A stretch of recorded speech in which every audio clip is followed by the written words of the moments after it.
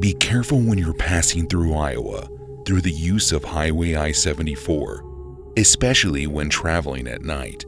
It was only a few years ago that I had been driving along that very road with a friend of mine, and little did I know she was about to fall victim to someone who had been preying on women along that road for years. You see, Andre and I had been driving back from a wedding for one of our friends. We had spent a few days in the town where the ceremony was held, and it was finally time to head home. It was about a 14-hour drive from our apartment, so we left the hotel at around 8 in the morning, but due to traffic and multiple bathroom stops, we were still driving well into the evening. It was around 11 p.m. We were driving along I-74, and at this point, we were only about an hour and a half from our destination. As we were driving along, we noticed a car parked alongside the road, and my first thought was what everyone else's would have been. It's a cop. So I made sure I was going the speed limit and passed thinking that nothing was wrong. Sure enough though, the car pulled out and the red and blue lights began to flash. So I complied with the stop, and right away I notice that it's an unmarked car. That should have been my first red flag. The officer came up to the window and went through the basics. Do you know why I pulled you over? And whatnot. But before I could even give the officer my license, he began to open my car door. He claimed to smell marijuana in the car, which I knew was crazy because it was a rental. This, of course, led him to search us, which I had no problem with, but I noticed that he was being more handsy with Andrea than he had been with me. But I didn't say anything. I figured me and her could talk about it in the car and possibly notify the office. But that was when the situation went from bad to worse. The officer claimed to have found a small bag of what he said was methamphetamines on Andrea. She was immediately in tears, saying that it wasn't hers, but he wouldn't listen to either of us. He put Andrea into handcuffs and told me that I can contact the station about her situation after she was booked. I knew it wasn't hers because Andrea was 100% straight-edge person. No drugs or alcohol. She said it made her feel too weird. But what were we supposed to do? It was a cop. So I finished the 2-hour drive home by myself and tried to wrap my mind around the situation. Something didn't sit right with me, and I wish I had been smart enough to call the police station sooner than I did. But after someone online told me that undercover officers aren't supposed to act that way that officer did, I decided to call the station, and it was at that moment that my worst nightmare had been realized. The person who answered my call let me know that Andrea had never been brought in, and then once he asked around, he discovered that they had no undercovers in that area that night. A missing person report went out, and just under 2 weeks later, authorities found Andrea's body. She had been found laying face down in a ditch along I-74. She was the first of 8 women who went missing in that area under similar circumstances. Of those 8 women, only 4 of their bodies had been found. All had severe bruising and were killed with single gunshot wounds to the back of the head.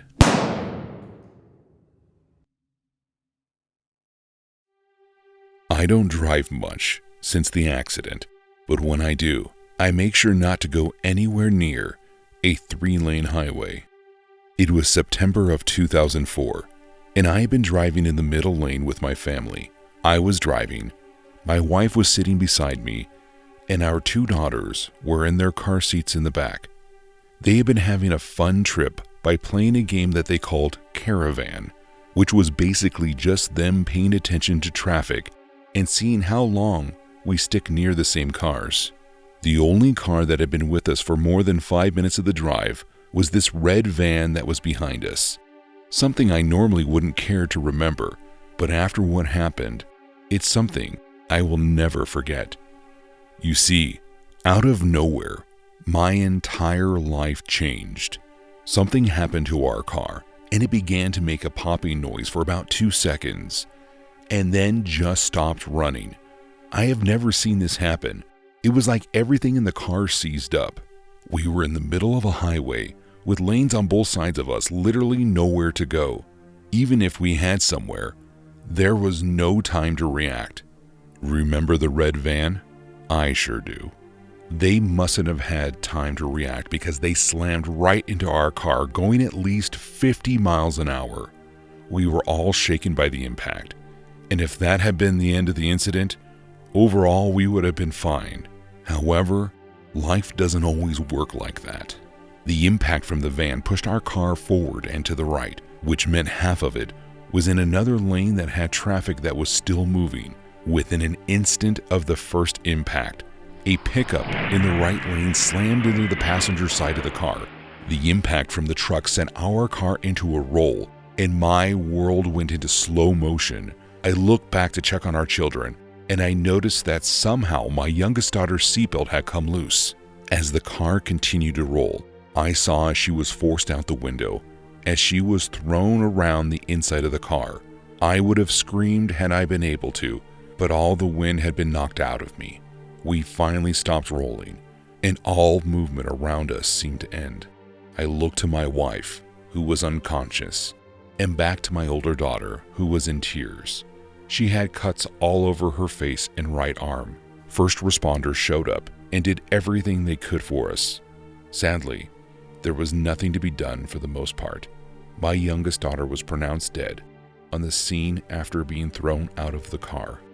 The rest of us made it to the hospital, but I was the only one to make it out. My oldest daughter fought the best she could, but due to internal bleeding, she passed away 2 hours after making it to the hospital. As for my wife, she was in a coma for just over 2 weeks. However, when she woke up and asked about her children, one of the nurses told her what happened. They said that her body was still too weak to take the shock, and the doctors told me that her heart stopped and she went into cardiac arrest. September 2004 was the month that I lost my entire world.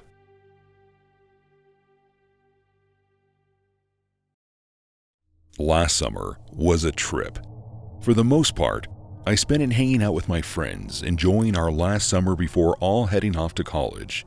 This meant that we were either going to the swimming holes or bonfires and having a blast. It also meant that we were being little punks a lot of the time, especially if you ran into us in the evening.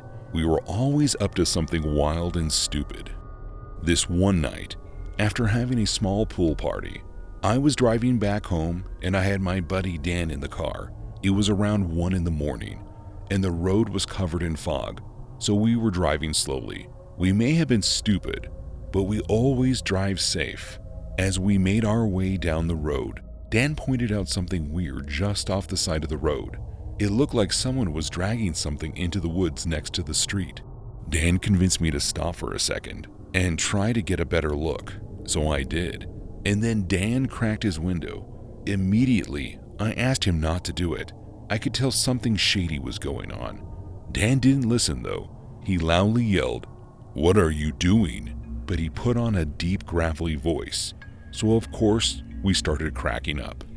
That was when the figure in the fog stood up straight and turned toward us. I felt chills roll down my spine as it slowly began to back up more and more away from the side of the road and deeper into the fog until it was out of sight.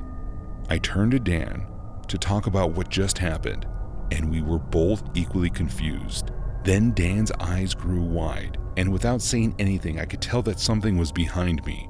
As I turned around to look out my window, I nearly flew out of my seat.